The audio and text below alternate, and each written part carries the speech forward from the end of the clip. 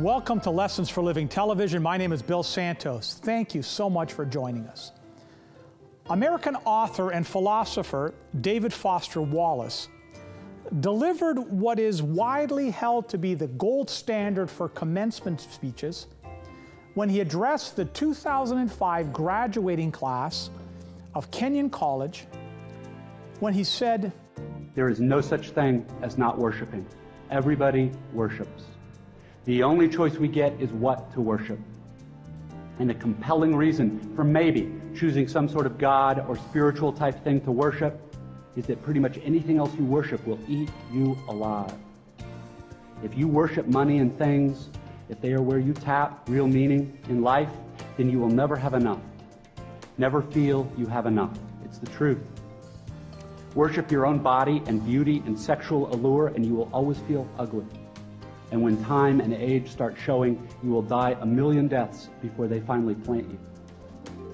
Worship power, you will end up feeling weak and afraid, and you will need ever more power over others to numb you to your own fear.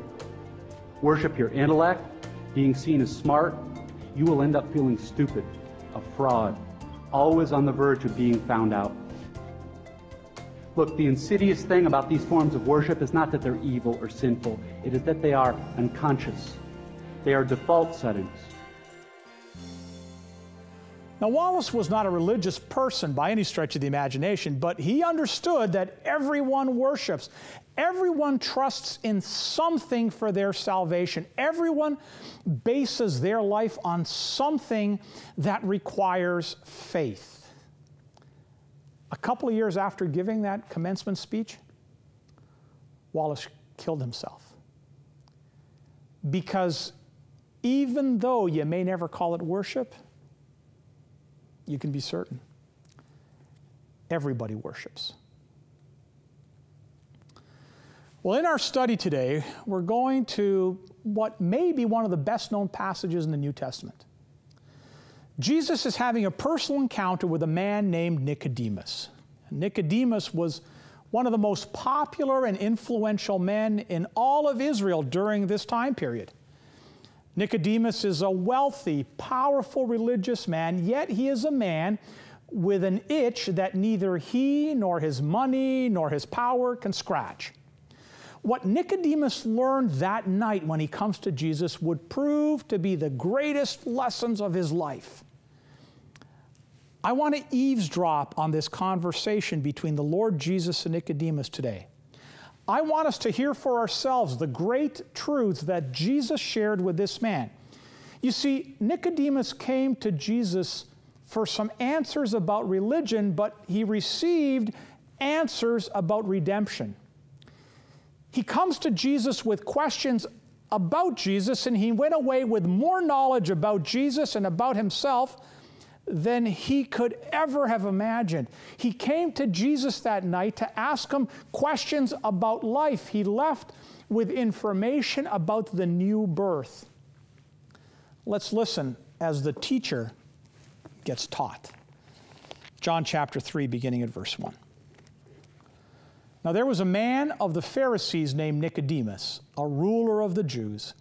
This man came to Jesus by night and said to him, "Rabbi, we know that you have come from God as a teacher, for no one can do these signs that you do unless God is with him."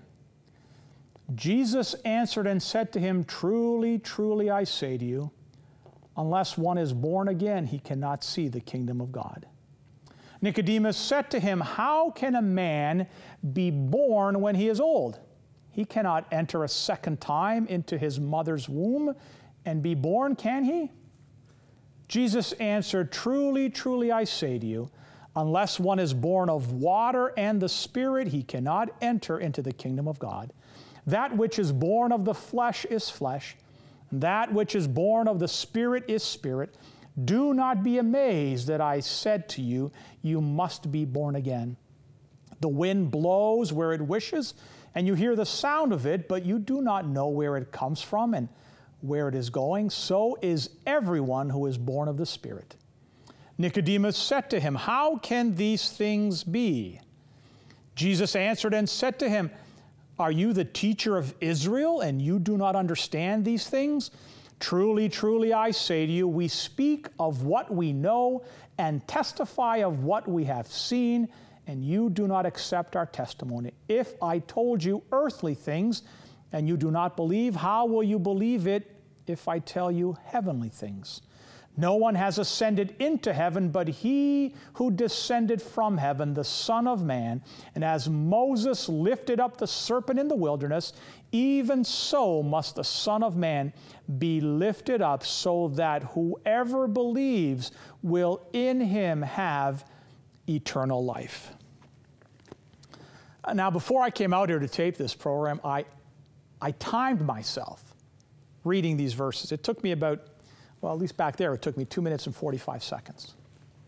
2 minutes and 45 seconds. No one in their right mind is going to make the contention that the encounter between Jesus and Nicodemus that night only lasted 2 minutes and 45 seconds. How long it was, I don't know. An hour, 2, I don't know. You see, these verses give us a hint as to the direction the conversation took. And I believe it's up to you and I to read between the lines and understand the message that's here. And that's precisely what we're going to do today.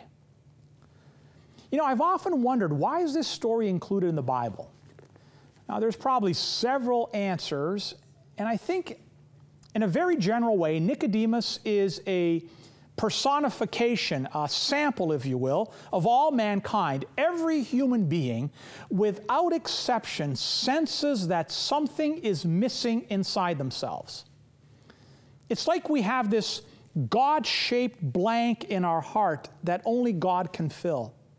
You know, St. Augustine once wrote, "Thou hast made us for thyself, and we have no peace until we find our rest in thee." Everyone is searching. Everyone is attempting in various ways and means to fill the emptiness in their souls. Every one of us is a spiritual Nicodemus. All of us conscious that something is missing. All of us trying to find out what that is. All of us seeking for an answer. There's something wrong with us. We know that. And we're searching for an answer. Well, I'm going to tell you, human answers will never fulfill this need. Some may think, oh, if only I was wealthy, if only I had my mortgage paid off, or if I had a new car, or if I could only do this or that, then I would be at peace. No, you wouldn't. And if I can be pretty blunt, I'm going to tell you it's stupid, ridiculous, and futile to try to work out and resolve our problems, that problem that you and I have, with any material or any fleshly resource. So Jesus gives the answer, the only answer. The same answer that he gave to Nicodemus is the answer he's going to give us today, 2,000 years later. You must be born again, he said. What does that mean? Well, that simply means that the way to peace for which we all hunger is found only in knowing for sure that we are a child of the Heavenly Father. There's no banker, there's no theologian, there's no doctor that can solve those needs. The greatest peace that I have in my life is knowing that God is my Father. I have no need to worry where my next meal is coming from. I am not disturbed or bothered by what men may think of me, but I know that God loves me. And that fills that need in my heart, and it can fill the need in your heart also. I mean, even the people of the world recognize that. Many of them. Jesus is still the answer. It's still true. I want to get back to our story. Old Nicodemus has received a lot of criticism for approaching Jesus at night. Some people have suggested that he came at night because he was ashamed and he was trying to hide what he was doing. Well, I don't think that's the case at all. I think he came at night because he was busy and he knew that Jesus was busy. I think he came at night because he wanted to spend some uninterrupted time with Jesus. You'll notice that when Nicodemus came to Jesus, he came humbly, and he was very complimentary. He came with some serious questions, but I dare say that he did not expect the answers that he received. You see, Jesus tells him, Nicodemus, you must be born again. Now, surely Nicodemus, hearing that, must have thought this is a mistake. After all, if you looked at this man and all that he had going for him, you would never expect him to need to be born again, not Nicodemus. I mean, maybe that drug addict needs to be saved and born again. Maybe that wayward woman needs the new birth, right? Maybe that wasted life you find down in the gutter needs to be born again, but not someone like Nicodemus. Surely that doesn't apply to me. If you looked at this man, we would have thought he had everything going for him. He had all the pluses and none of the minuses from a human perspective. Like, let's look at what this man had going for him. I mean, first of all, he was rich.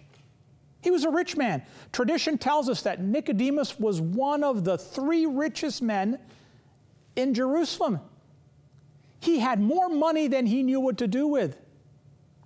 What we have, however, does not change what we are. I mean, you can have plenty of money, but that doesn't change the fact that we're still sinners and we need a Savior. Your money can buy you many things here in this world, but our money can't buy us anything in heaven. Secondly, Nicodemus was a very respectable man. I mean, when he walked down the street, other people knew who he was, and they would point him out to their children. He was held in great esteem by all who knew him and all who saw him. He was, after all, a ruler in Israel. Still, what we achieve does not change what we are. I mean, it's good to be a respected person. It's good to have a good name among men, but that will not provide us a place in heaven. Thirdly, we know Nicodemus was a religious man. He was a Pharisee. He kept the law. He was morally pure to a degree that you and I can't even imagine. He returned his tithes. He did everything the law said to do. He kept the written law and all of the traditions of the elders. He never touched a woman. He probably avoided even looking at women whenever possible. I mean, he would not come into contact with a sinner. He was a holy man. Still, what we do does not change who we are. In spite of all of his outward attempts at righteousness, Nicodemus was a religious man in need of a redeemer. You know, in verse 3 of the conversation, Jesus says that without the new birth, you cannot enter the kingdom of God. You see, this new birth prepares us for life in a new kingdom. The only way for us to get into heaven is for us first to allow heaven to get into us.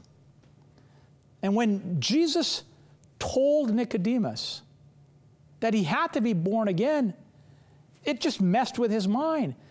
Nicodemus could not grasp, how could that be? He was a civic leader, a member of the Sanhedrin, prosperous, devout, upstanding. He's not an emotional, broken type of person, but Jesus says to him, you must be born again. Jesus is pressing him. He's asking him what did you have to do with being born, Nicodemus? Did you work really hard to earn the privilege of being born? You cannot earn or contribute anything to being born. It's a free gift of life, and so it is with the new birth. Salvation is by grace. There are no moral efforts that can earn or merit it. You must be born again. There's no doubt that this new birth is a mysterious thing. None of us truly understands everything there is to know about the new birth. It's still a mystery, even to those of us who have experienced it. However, don't let the fact that it's a mystery cause you to avoid it altogether. Don't let the mystery of electricity cause you to sit in the dark. We don't do that. There are many things that we don't understand in life, but we still believe in them. So, do you not allow the mystery of the new birth keep you from being saved? Jesus tells Nicodemus that just as the wind can be felt, it can be measured, and the effects of it can be seen, but where it came from and where it's going remains a mystery. The new birth is the same way. See, you cannot see God do His work in a heart, but you can see the effects of the wind of the Spirit in a life. I mean, when you see an addict leave his drug, you know God's been working. I mean, when you hear clean language coming out of a mouth that used to be a sewer, you know God has been at work. When you see a wicked, hateful man turn into a sweet, loving, holy saint, you know the wind of the Spirit has been blowing in his soul. It's a mystery because we do not see it happen, but there's no denying the effects of the power of God and when God works in the human heart. By the way, the wind of the Spirit was blowing in the soul of Nicodemus, but he could not control that wind. It could be gone in an instant, never to return. You see, the time for Nicodemus to heed God's call was then and there when the wind was blowing in his heart. So let me tell you, if the wind of the Spirit is blowing in your heart right now, the time to be saved is now. The only time you can come is when Jesus is calling you. When Nicodemus hears these things, he wants to know, how was this possible? And Jesus takes the next few verses to explain to him as to how the new birth can become a reality. Jesus tells Nicodemus that the Savior's part in the new birth was to leave heaven above and to come to this world to die for sin. Jesus reminds Nicodemus of the time that Israel sinned and God allowed the serpents among them to bite them. And as they bit them, many people in Israel died.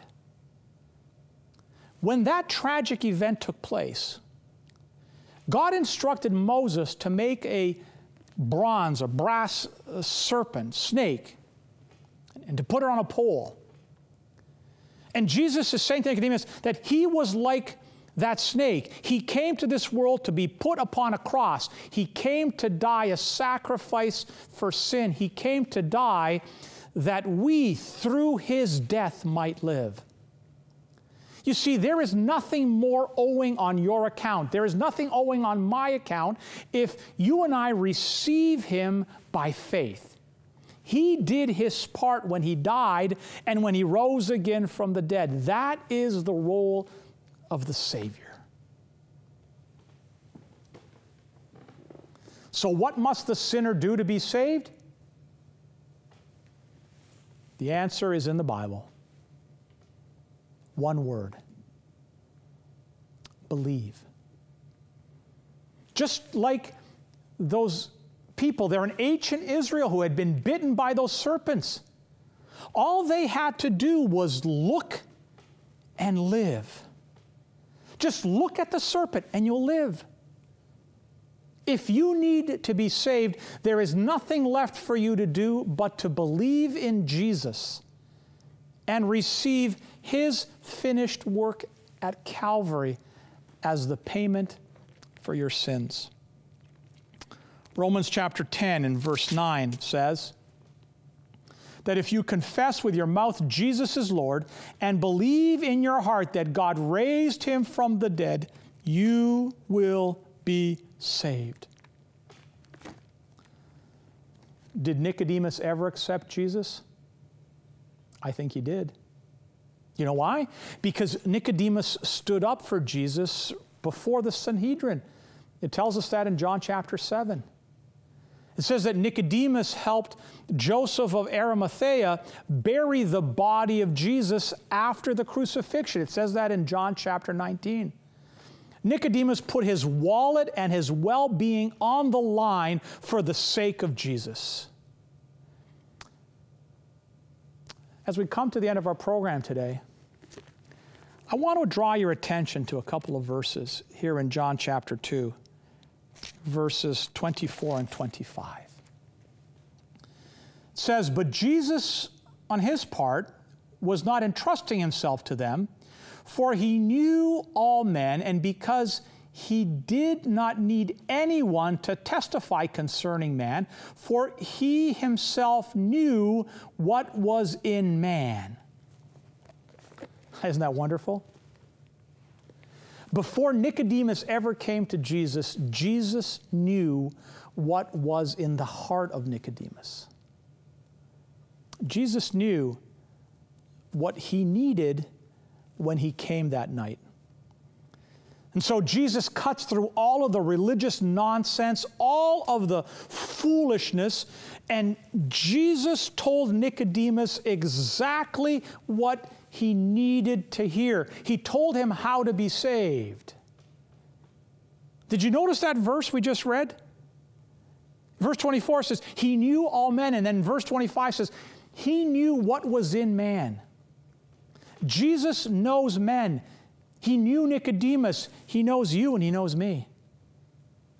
He knows whether we're saved or not. He knows whether or not we have to be born again. He knows all there is about you. He knows all there is about me, and he knows he loves us. He also knows that if we will come to him, he will save us by his grace. He knows that if you and I come to him like you are right now, then you can finish this program like you ought to be. If you're not saved, I invite you to come to Jesus now. The wind of God is blowing. Salvation is being offered right now. Let us pray. Our gracious God and loving Heavenly Father, we thank you for Jesus and the offer of salvation. Please come to those that are calling out to Jesus right now, claiming him as their personal Savior. Forgive them, bless them, guide them, and protect them. For Jesus' sake, amen.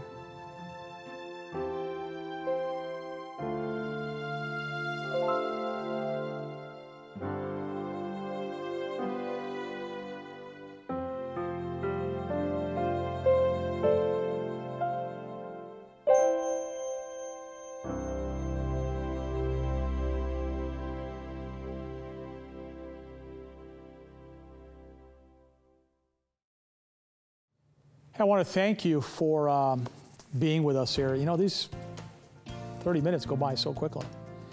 But before we go, there's a few things I want to remind you of, as I do every week. The website, l4ltv.com. The previous programs are on the website. Where I will appearing live is on the website. If you're looking for a Bible study group or a church to attend, there's some suggestions on there. If you don't find anything there, well, there's a form. You can complete that form and say, I want to study the Bible, or I want to be referred to a church. Send that form in, and we're going to get that information to you. You can also subscribe to our YouTube channel. And what happens is, right after the program goes off the air, we upload it onto YouTube, put it on our Facebook page, put it on the website. And as a subscriber, you'll be notified that a new video has been added to the YouTube channel. I also want to ask you to have some patience when you call the 1-800 number, because our volunteers are doing their best to get to all the calls, but it may be that when you call, they're on the phone with everybody else and you will have to go to voicemail. Just leave a voicemail, we'll get the voicemail, we'll follow that up with you as soon as is possible. Well, I hope we have this opportunity to come together and to study God's Word again real soon. Until then, I am going to be praying that God blesses you and He watches over you and keeps you. We'll see you back here again real soon.